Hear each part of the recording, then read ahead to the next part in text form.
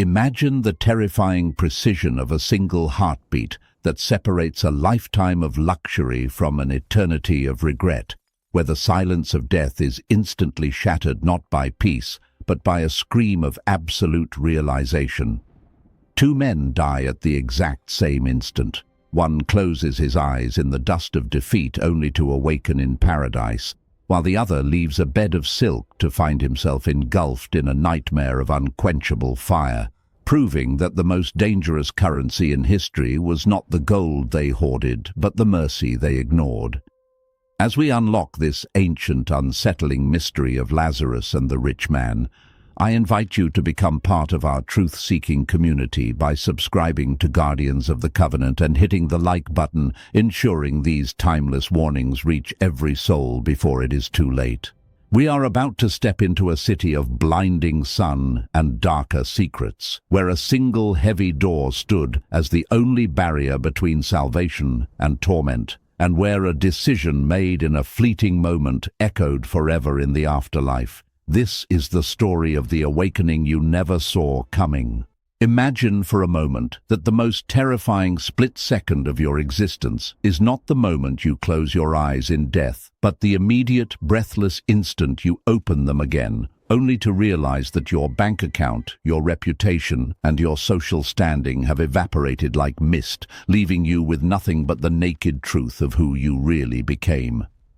Two men died at the exact same instant, and as the final breath left their bodies, two awakenings occurred that would shatter the understanding of justice forever. For one opened his eyes in a place of absolute comfort, while the other woke up in a setting of conscious, irreversible, and terrifying torment, proving that it was not wealth that saved one, nor poverty that condemned the other, but a silent decision made in the quiet moments of life. Before we unlock this ancient and unsettling saga of Lazarus and the rich man to discover which single ordinary decision made all the difference, I invite you to join our growing community of truth seekers by subscribing to Guardians of the Covenant and hitting the like button, ensuring these timeless warnings reach every soul before it is too late, because the story we are about to tell is not just history, it is a mirror for our own lives.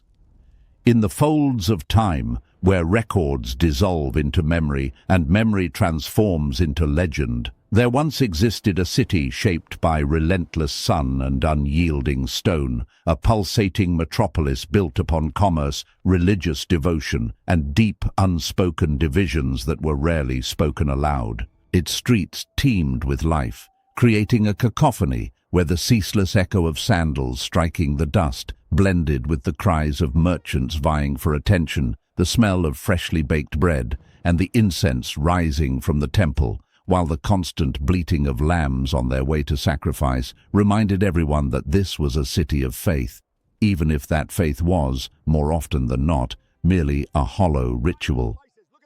Along one of its main arteries, where the intense aroma of spices from Arabia mingled with the sweat of pack animals and the metallic clinking of coins, two opposing worlds stood side by side, not separated by vast deserts, nor by fortress walls, nor even by an uncrossable river, but divided by the thickness of a single cedar wood door, tall, heavy, and magnificently carved, a door that did not merely close off a house, but isolated a conscience. Inside this fortress of comfort lived a man to whom fortune had smiled since birth. A man whose name history did not concern itself with preserving because his identity was wealth itself. So let us call him Ipulin, the festive one, for whom life had never refused a single desire.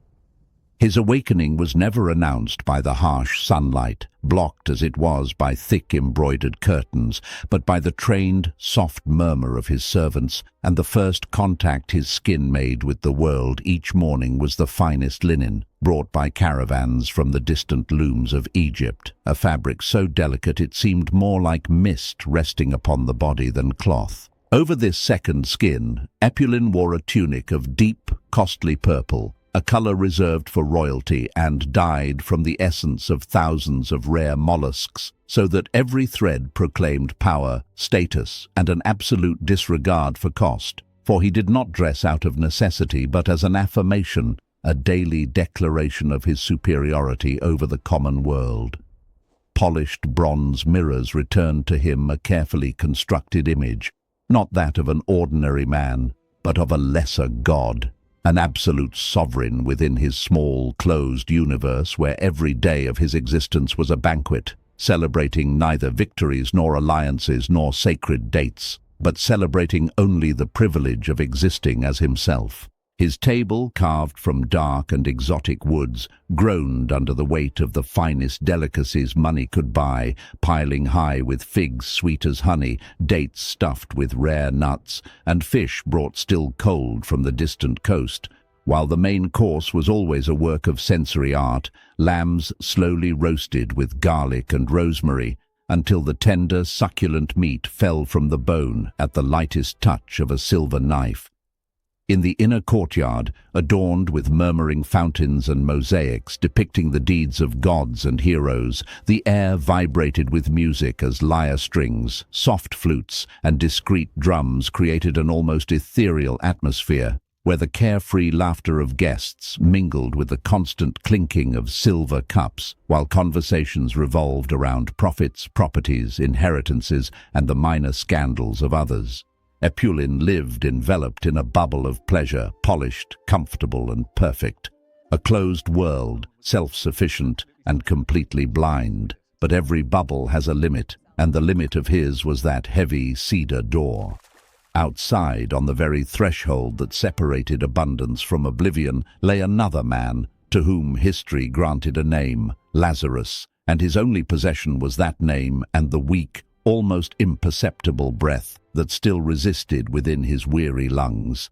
His body was not covered in linen, but in dust stirred up by the indifferent passing of carts, marked by open sores that formed a living map of pain, abandonment, and silence, and his bed was no bed at all, but the hard, hot stone of the entrance, chosen not for comfort, but for a hope that grew more distant with each passing day. His music did not come from lyres or flutes, but from the persistent buzzing of flies drawn to his wounds, and the midday sun beat down on Lazarus like a merciless hammer, offering no roof to shield him, no compassionate caress of a friendly shadow, leaving his fragile body exposed and motionless upon the scorching stone, while the heat seemed to slowly draw out the little life that still clung to him. For him, the banquet taking place on the other side of the door was nothing more than a cruel fantasy, a tormenting vision his mind insistently recreated, as the wind, indifferent to human suffering, carried to him gusts of the aroma of roasted lamb, the scent of seasoned meat crossing the street to seep into his senses and make his empty stomach twist into a knot of pain and longing. With every fiber of his being, Lazarus yearned for the crumbs, the forgotten scraps, the already gnawed bones that fell from the rich man's table, not desiring abundance or fullness, but desiring only to survive, yet not even that was granted to him. His only company, his sole comfort in a world that insisted on turning its back on him, came from the stray dogs, creatures just as despised, wandering without owner or shelter. Yet in their simple animal instinct, they seemed to recognize a suffering greater than their own, approaching cautiously with damp snouts exploring wounded flesh, licking his sores and cleaning them with a strange and silent pity, proving that where men saw inconvenience, animals offered presence. At times, the great cedar door opened with a heavy creak, announcing the master of the house's departure, and Epulin emerged, squinting against the intense light, while a servant hurried to cover him with a parasol, and as he passed, his finely crafted leather sandal stepped just inches from Lazarus's trembling hand. On occasion, his gaze slid over the motionless figure at the entrance, but it was an empty gaze, one that did not register, did not recognize, did not linger, seeing only an indistinct shape, a heap of filthy rags, a visual blemish that marred the entrance of his magnificent house, something inconvenient yet insignificant, a problem that, with luck, would disappear on its own in time. To Eppelin, Lazarus was not a man. He was an object, an imperfection in the perfect landscape of his life, as irrelevant as the cracks in the stones of the road. And so there was never a word spoken to him, never a coin tossed in distraction, never a gesture, no matter how small, only constant silence, and the infinite distance separating two worlds that existed on the same street, divided not by geography, but by the terrifying hardness of a human heart. The great cedar door remained shut, a silent sentinel standing between two realities, and across that threshold there was never a word spoken to him, never a coin tossed in distraction, never a gesture of acknowledgement, no matter how small, only a constant heavy silence and the infinite distance separating two worlds that existed mere inches apart on the same street.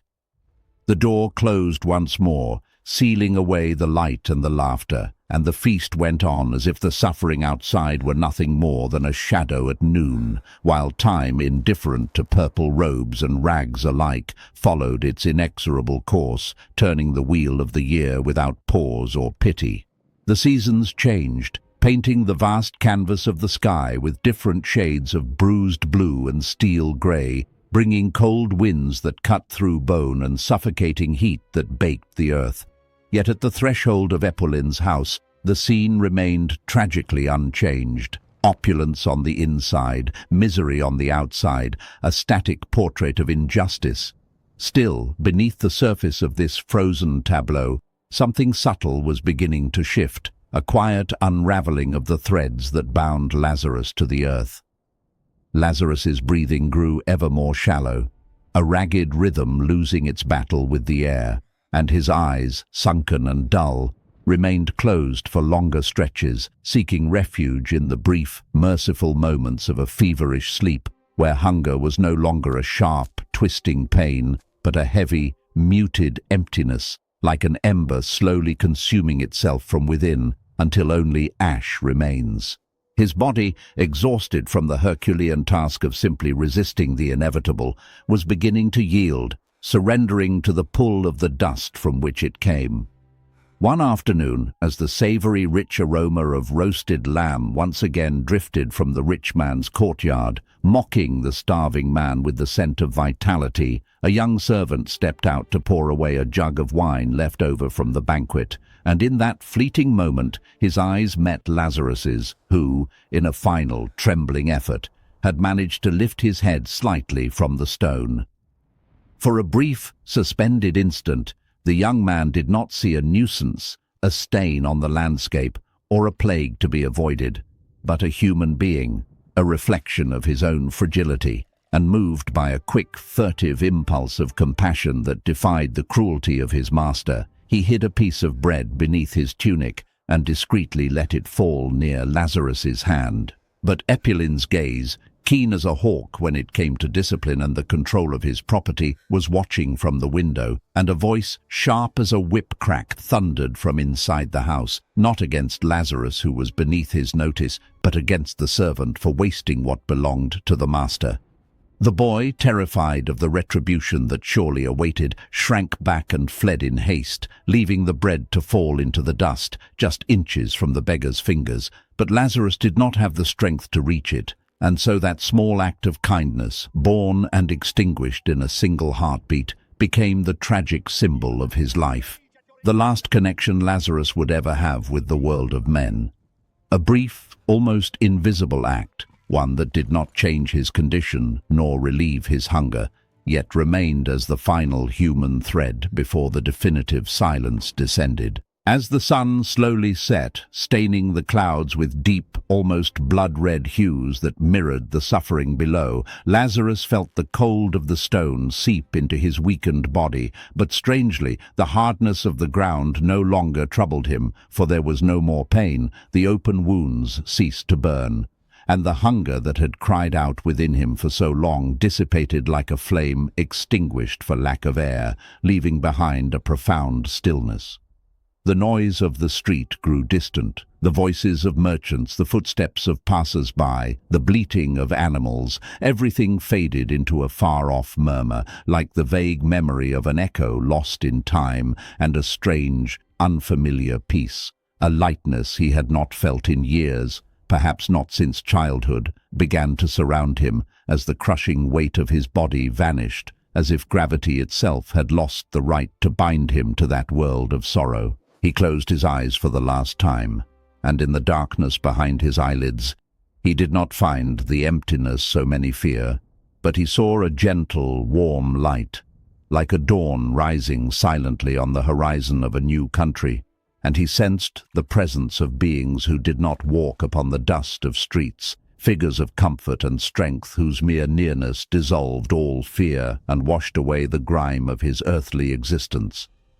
There were no trumpets, no solemn announcements to the city, only a serene passage, a soul released from the prison of flesh, floating free from the threshold of rejection.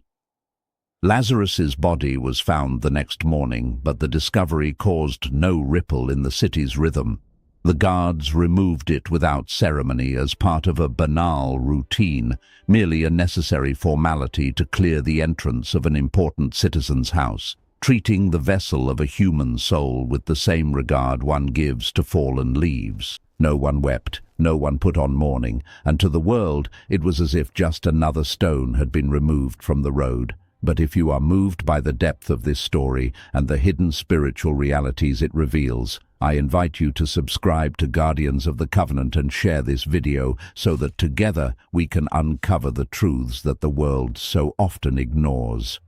Weeks later, a piercing scream shattered the calm inside the mansion, a sound so raw it seemed to tear the silk tapestries from the walls. For Epolin, the man who celebrated every day as if it were eternal, was struck down by a sudden, violent fever that arrived like a thief in the night. The illness respected neither his high walls, nor the finest linen, nor the crushing weight of his fortune. It cast him onto the very bed where he had slept for so many years in absolute security, now transformed into a sweat-soaked battlefield. The finest physicians in the region were summoned, filling the room with the bitter smell of herbs, oils, and ointments, and with the sound of anxious, futile whispers. But the rich man, accustomed to giving orders and being obeyed without question, was now a prisoner of his own failing body, watching helplessly as his command over reality slipped through his fingers. The purple of his tunic was replaced by sheets soaked with the sweat of mortality, and he fought with the fury of a dethroned king, clinging to life with the same greed with which he had clung to gold, cursing the physicians for their incompetence, promising vast fortunes to gods in whom he scarcely believed, and trying to bribe death itself as if it were merely another business partner willing to negotiate a deal. But death does not negotiate, and it does not take coin. In his final moments, surrounded by relatives who were already mentally calculating inheritances and political alliances, his eyes flew open, seized by a primordial terror that froze the scream in his throat, for he did not see a welcoming light or a peaceful rest. He saw a dense darkness that seemed to gather in the corners of his luxurious chamber, a living shadow with an insatiable thirst that had come to collect what was due.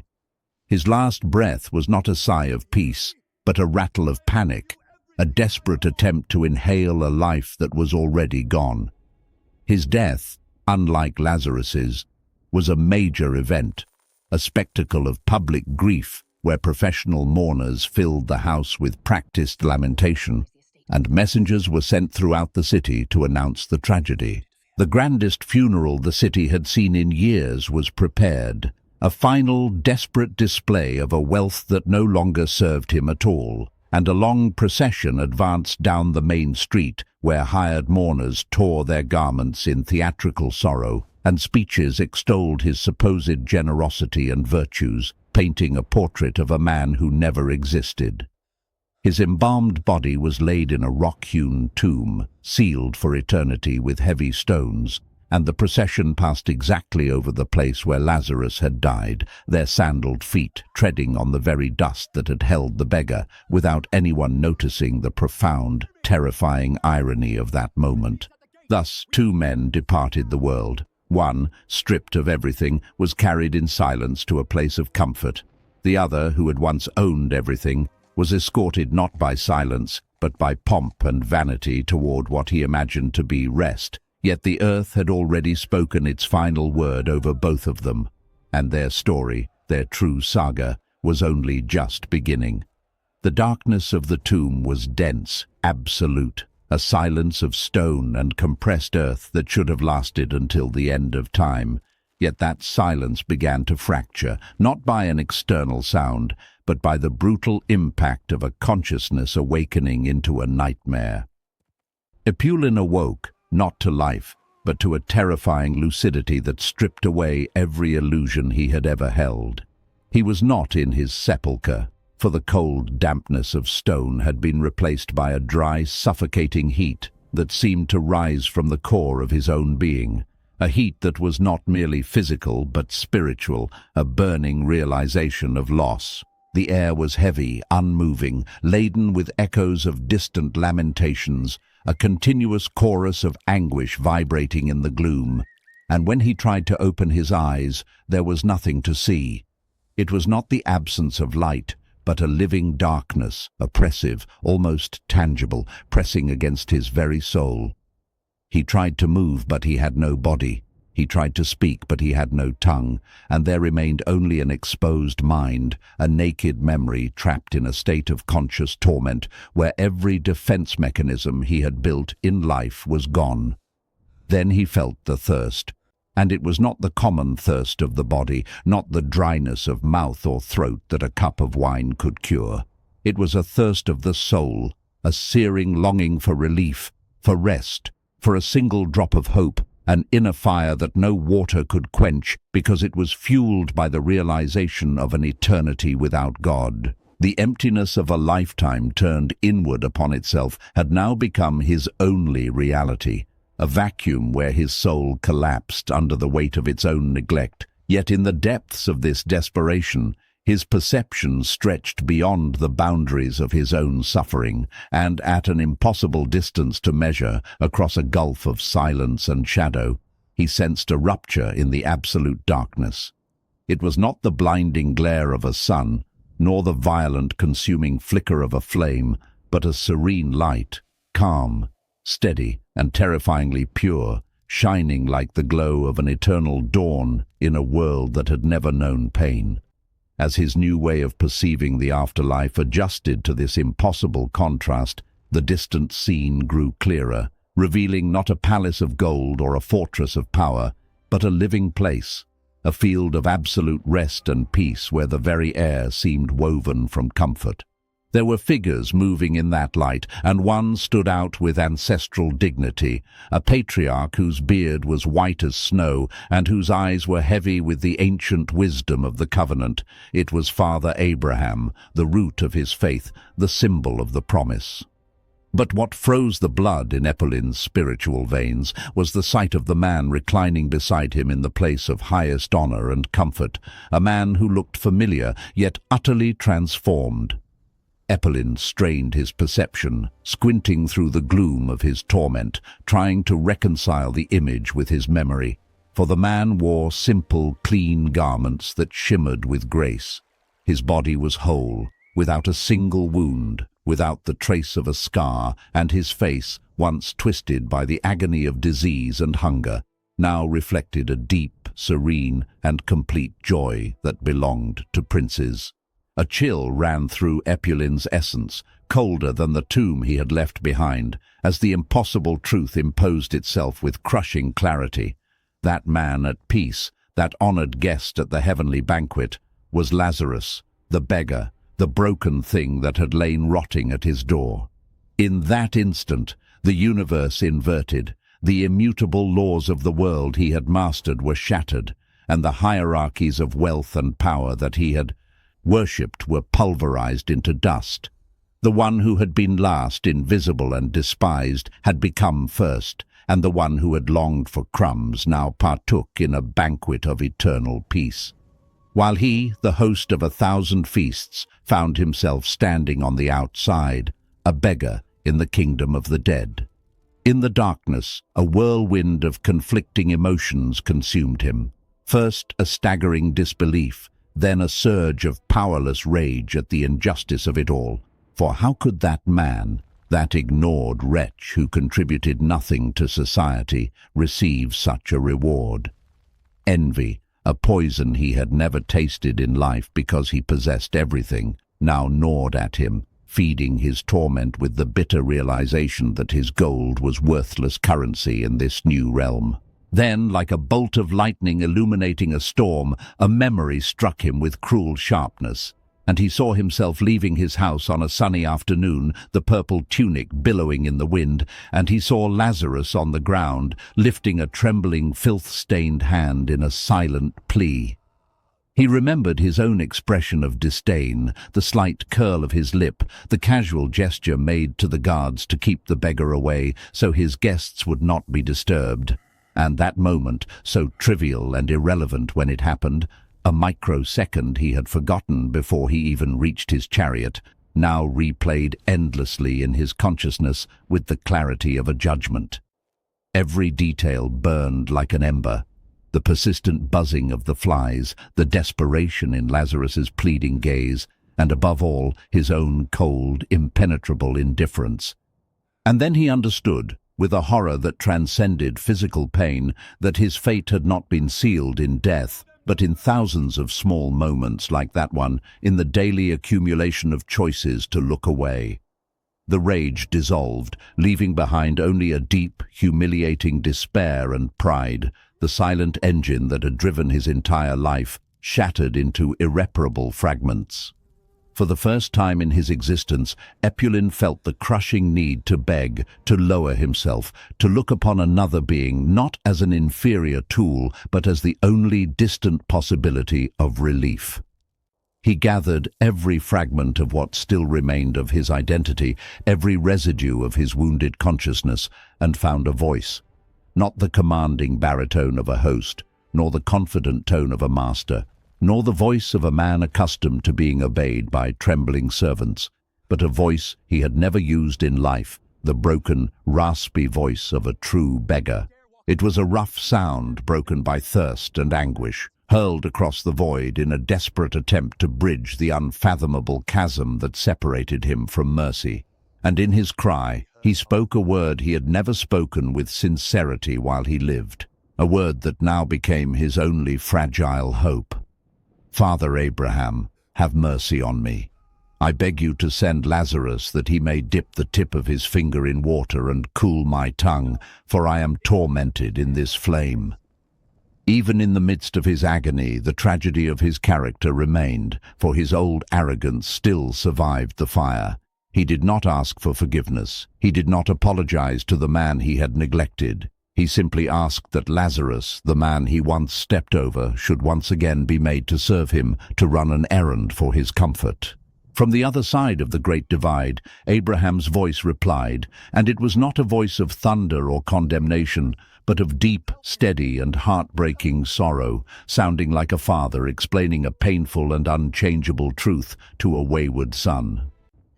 Son, remember that in your lifetime you received your good things, your banquets, your purple garments, your pleasures, and Lazarus in the same way received evil things, hunger, sickness, contempt.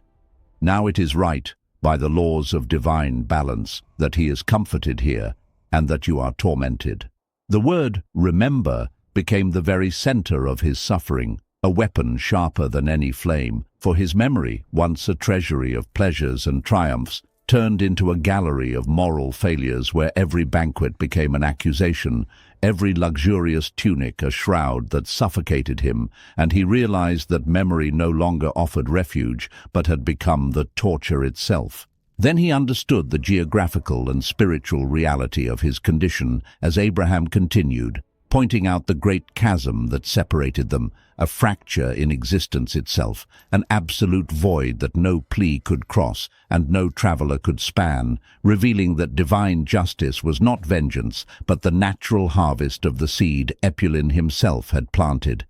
Defeated in his first request, a new and different panic seized him, no longer only fear for himself, or perhaps it was his final form of selfishness, the frantic desire that his lineage, his name, his reflection on earth would not share his shameful fate.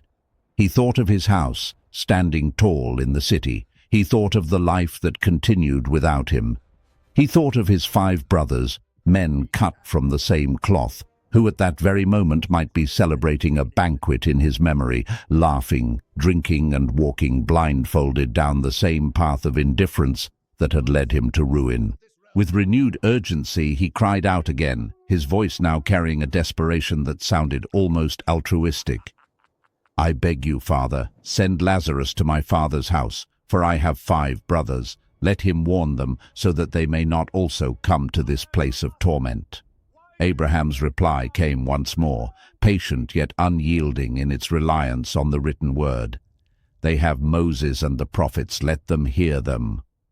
His voice carried the fundamental truth that everything necessary for a righteous life had already been revealed, that the warnings were written, preserved on sacred scrolls and read week after week in the synagogues they attended out of habit.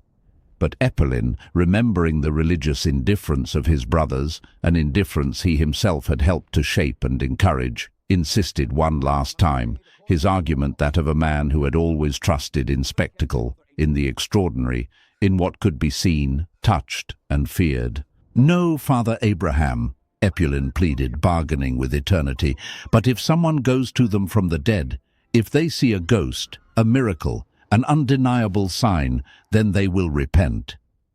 Abraham's sigh seemed to pass through the very fabric of eternity, and his final answer came not as a rebuke, but as the deepest and most terrible of truths, a revelation about the stubbornness of the human heart. If they do not listen to Moses and the prophets, neither will they be convinced, even if someone rises from the dead. Abraham explained that his brothers did not lack evidence, but the willingness to believe. A spectre from beyond would be dismissed as a nightmare, a hallucination brought on by too much wine, or the trick of a charlatan, for they would always find a convenient explanation, any reason that would allow them to remain as they were, because to change would mean renouncing the banquets, the purple, the very life they loved. With those words the dialogue ended, and silence fell again, heavier, more final than before, as Eppelin understood at last the ultimate truth. The door of mercy had not been closed by divine cruelty, but because the key, repentance, could only be used in the world he had left behind, and now only the abyss remained. The final words of Abraham did not echo like thunder, but fell into the stillness of the hereafter, with the immovable weight of a gravestone sealing a tomb, signaling that there was nothing more to discuss, no possible appeal, for judgment was not a future event, but a present condition forged by an entire lifetime of accumulated choices. Eppelin watched, paralyzed by an even deeper form of horror, as the figure of Abraham slowly turned away. Eppelin watched in paralyzed horror as the figure of Abraham slowly turned away, not with malice or contempt, but with the heartbreaking serenity of a final goodbye, a season that had irrevocably ended. And with him, Lazarus turned too, his face no longer directed toward the misery of his past, but completely immersed in the peace that now dwelled within him. The serene light that surrounded them did not violently extinguish, but simply began to withdraw, receding across the abyss like the last sun of the universe sinking beyond the horizon, leaving Eppelin in a darkness deeper, more absolute, and more terrifying than any night he had ever known. Now he was truly alone, and to the fire of his thirst and the weight of his memory was added the ultimate torment of knowledge. He knew that comfort existed, but it was unreachable. He knew that peace was real, but it was not for him, for the door had not merely closed, it had vanished entirely. As the scene in eternity dissolved into the shadows, the focus of the story returns to the world of the living, the only place where choices still hold power, where in Eppelin's great mansion life continued its blind march. His 5 brothers, heirs to his fortune and his fatal flaws, reclined in the same hall, celebrating a banquet where wine flowed abundantly and laughter echoed with the same hollow emptiness. Outside, the voice of a preacher rose from the street, speaking of justice and judgment. But one brother, annoyed by the interruption, simply ordered the heavy wooden shutters closed, muffling the truth and sealing out the cries of a widow who now sat in the very dust where Lazarus once lay. They had Moses and the prophets, the ancient maps to righteousness, but they had closed their ears, proving that even if the ghost of their own brother were to appear with eyes full of the terror of the beyond, they would find a convenient explanation: indigestion, wine, a dream, anything to avoid the one truth that mattered, that their hearts needed to change. The saga of Lazarus and the rich man does not end in the afterlife. It ends here, at the threshold of your own door, in the daily decision to see or to ignore, reminding us that the great abyss is not formed after death, but is dug silently, day after day, with every act of indifference and every opportunity for mercy we reject. If this story has touched your spirit and you wish to walk this path of wisdom with us, please subscribe to Guardians of the Covenant and like this video to help share this message. May God bless you and keep you until we meet again.